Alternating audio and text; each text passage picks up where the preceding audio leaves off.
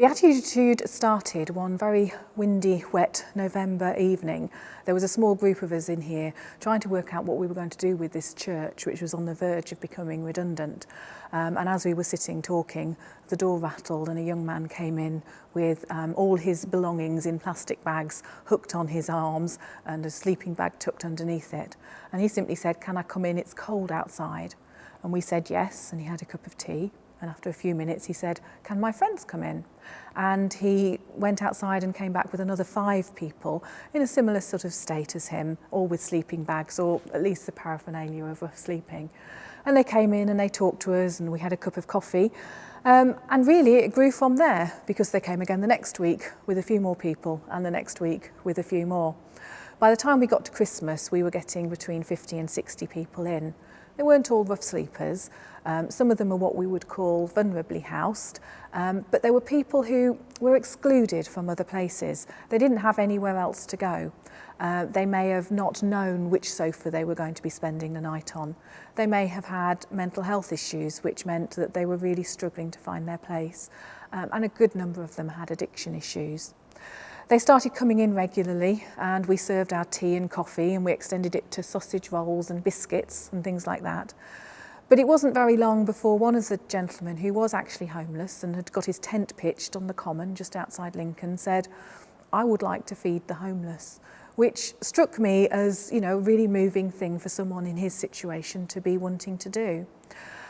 Having limited resources, I said, "That's a really brilliant idea, Harry, but what we need is for you to actually do it, work out how you're going to feed them, cook the meal and wash up afterwards." And he and a few friends agreed to do that. So we started off right from the very beginning about people helping themselves and people learning that they could do things for themselves rather than have things done for them. And from there, it's taken several years, but BeAttitude has grown into a community where people are empowered to take a little bit of control for themselves. We help them find the resources, but they do the work and they make sure that the place runs. We realised that, we had a large group of people coming along, all wanting to do lots of different jobs, which was brilliant, but we needed to make sure that they were equipped with the right skills and possibly the right training in order to do that.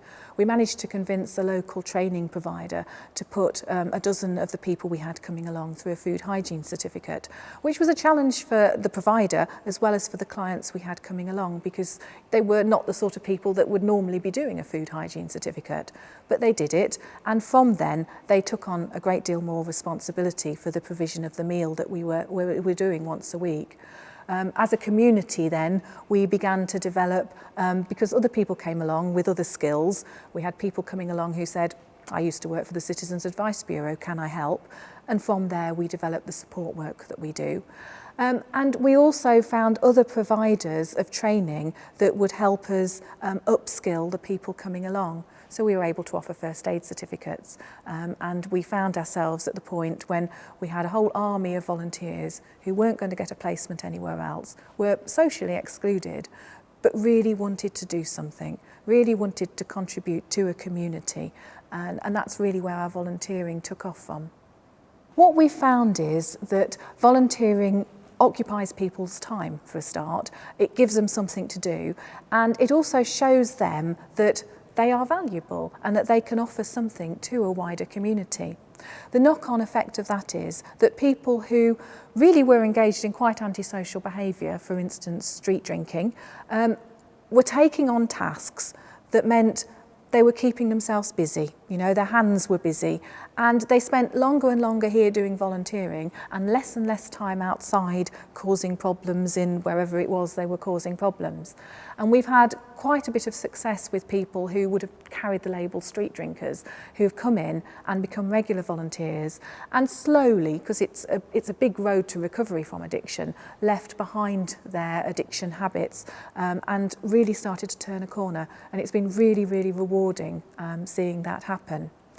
What we've been able to do more recently, since we've had the funding from Enable, is to appoint a volunteer coordinator.